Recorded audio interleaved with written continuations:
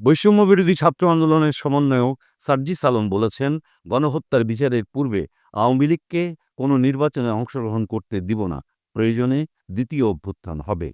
মঙ্গলবার দুপুরে সামাজিক যোগাযোগ মাধ্যম ফেসবুকে দেওয়া এক পোস্টে এসব কথা বলেন তিনি। এদিকে বৈষম্যবিরোধী ছাত্র আন্দোলনের আহ্বায়ক হাসনাত আবদুল্লাহ ফেসবুকের এক পোস্টে বলেছেন, ছেলেদের রক্তের উপর পা রেখে দিল্লিকে কিবলা বানিয়ে ক্ষমতার মসনদে যাওয়ার আকাঙ্ক্ষা জনগণের মুক্তির নিয়তের সঙ্গে বিশ্বাসঘাতকতা।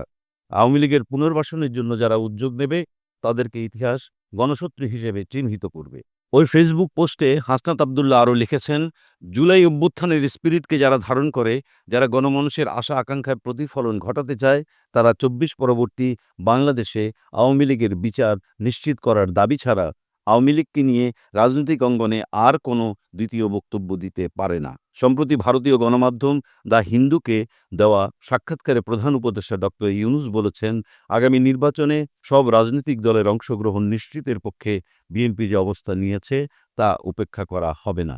ডক্টর ইউনূসের কাছে প্রশ্ন রাখা হয়, আওয়ামী লীগ কি আগামী নির্বাচনে প্রতিদ্বন্দ্বিতার সুযোগ পাবে?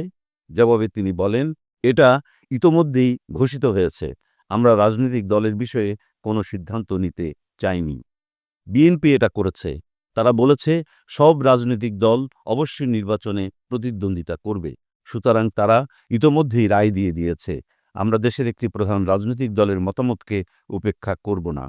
এদিকে আজ মঙ্গলবার জাতীয় প্রেস ক্লাবে জাতীয়তাবাদী পেশাজীবী পরিষদ আয়োজিত আলোচনা সভায় বিএনপির মহাসচিব মির্জা ফখরুল ইসলাম আলমগীর বলেছেন, শেখ হাসিনা আবার ক্ষমতায় ফিরে আসুক তা বিএনপি চায় না।